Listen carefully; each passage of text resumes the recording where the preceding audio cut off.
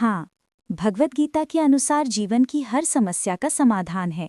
जो निष्काम कर्म यानी फल की चिंता किए बिना कर्म करना, समभाव यानी सुख दुख में एक जैसा रहना, आत्मज्ञान यानी खुद को आत्मा समझना और ईश्वर के प्रति समर्पण यानी भक्ति जैसे सिद्धांतों में निहित है, जिससे व्यक्ति तनावमुक्त होकर कर्म करते हुए परम शांति और लक्ष्य यानी मोक्ष प्राप्त कर सकता है। मुख्य समाधान बिंदु निम्नलिखित हैं। कर्म योग, निष्काम कर्म, अपने कर्तव्य या कर्म करो लेकिन फल की इच्छा मत करो।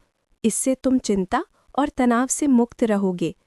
यह समझना कि तुम कर्ता नहीं हो बल्कि प्रकृति के गुण ही सब कर रहे हैं, तुम्हें आसक्ति से बचाता है।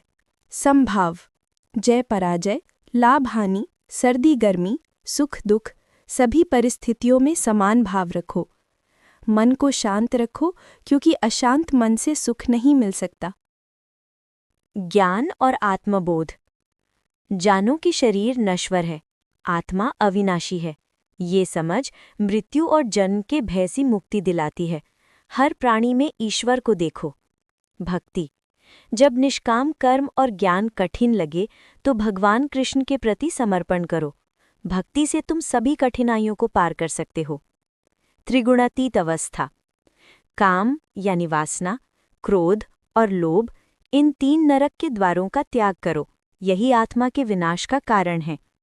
निष्कर्ष, गीता सिखाती है कि जीवन समस्याओं से भरा है, लेकिन इन सिद्धांतों को अपनाकर व्यक्ति हर चुनौती का सामना कर सकता है और अंततः परम सुख, मोक्ष प्राप्त कर सकता है। गीता का सार यही है कि कर्म करो, फल की चिंता छोड़ो, समभाव रखो और ईश्वर पर भरोसा करो और तुम्हारा जीवन